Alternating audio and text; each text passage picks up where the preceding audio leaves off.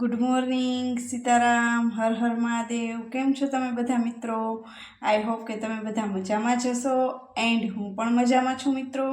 તો આજે હું તમારી સાથે એક સરસ મજાની ખજૂર પાકની રેસીપી લઈને આવી છું.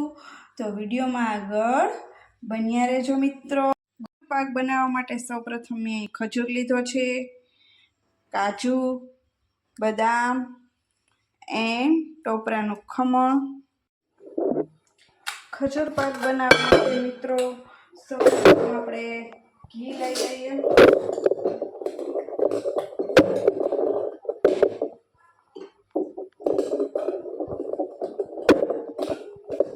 2 ચમચી ઘી લીધું છે. ઘી મિત્રો ગરમ થઈ ગયું છે, તો સૌપ્રથમ એમાં બદામ સાતળી નાખું ઘીમાં.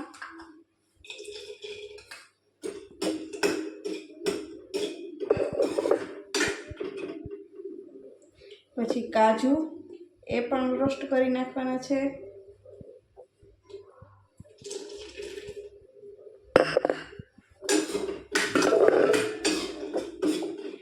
બહુ રોસ્ટ નથી કરવાના, લાઈટ એવા રોસ્ટ કરવાના છે.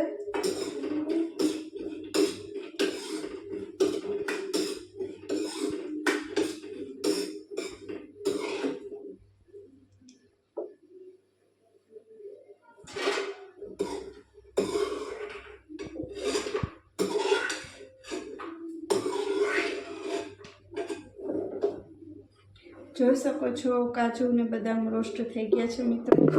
એમાં હવે આપણે ઠળિયા કાઢીને ખજૂર કટકી કરીને રાખ્યો છે, નાની નાની એવી કટકી કરી નાખી છે. એ ખજૂર આપણે એડ કરી દઈએ ગરમ ઘીમાં, એટલે ખજૂર સતળાઈ જાય.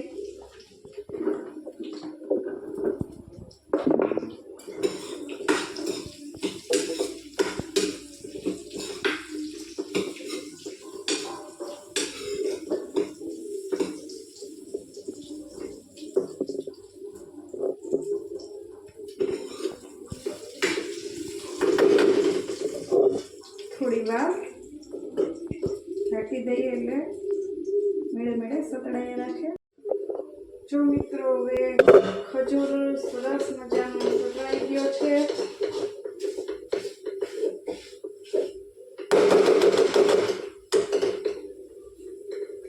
એમાં આપણે કાજુ બદામ રોસ્ટ કરેલા છે તે નાખી દેવાના.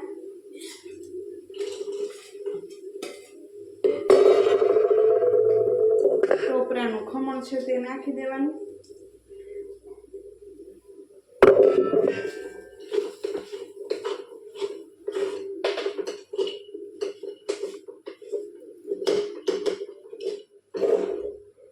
ચાલો આગળ મળીએ મિત્રો.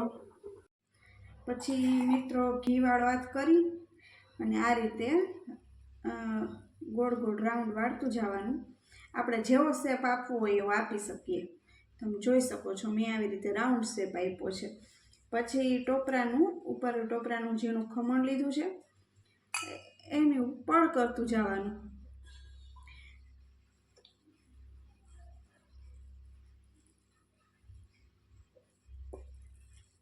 મને આ રીતે ભાવે છે એટલે આ રીતે કર્યા છે મેં. રાઉન્ડ રાઉન્ડ બોલ શેપ આપ્યો છે. ચાલો મિત્રો આગળ મળીએ. જો મિત્રો ખજૂર પાક બનીને રેડી થઈ ગયો છે, તો બતાવું તમને લોકોને.